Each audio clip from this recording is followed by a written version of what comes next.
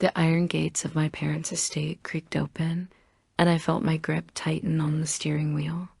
Every time I drove up this winding Connecticut driveway, I was reminded that I was entering a world that had never quite belonged to me.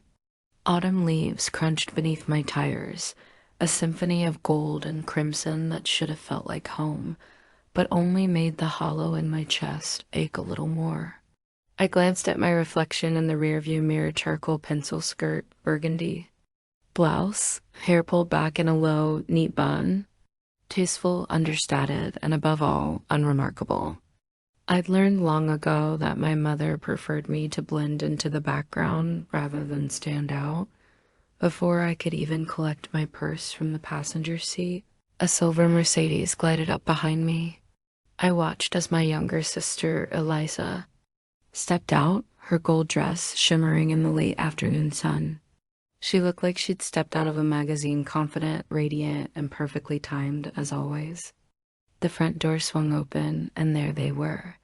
My father, tall and dignified in his tailored suit, and my mother, glowing in pale blue silk. Their faces lit up as Eliza floated toward them. "There's our princess," Mom called, arms outstretched. Dad swept Eliza into a bear hug, lifting her off her feet. "The guest of honor arrives." I stepped out of my car, smoothing my skirt, and walked toward them.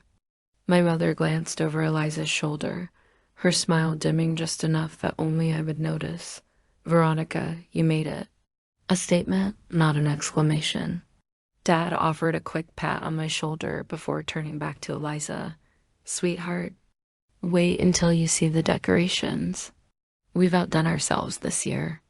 Inside, the grand foyer sparkled with crystal and silver. White roses and lilies spilled from oversized vases, their scent almost overpowering. A string quartet played. Softly in the corner, nothing but the best for Robert and Eleanor White's 35th anniversary.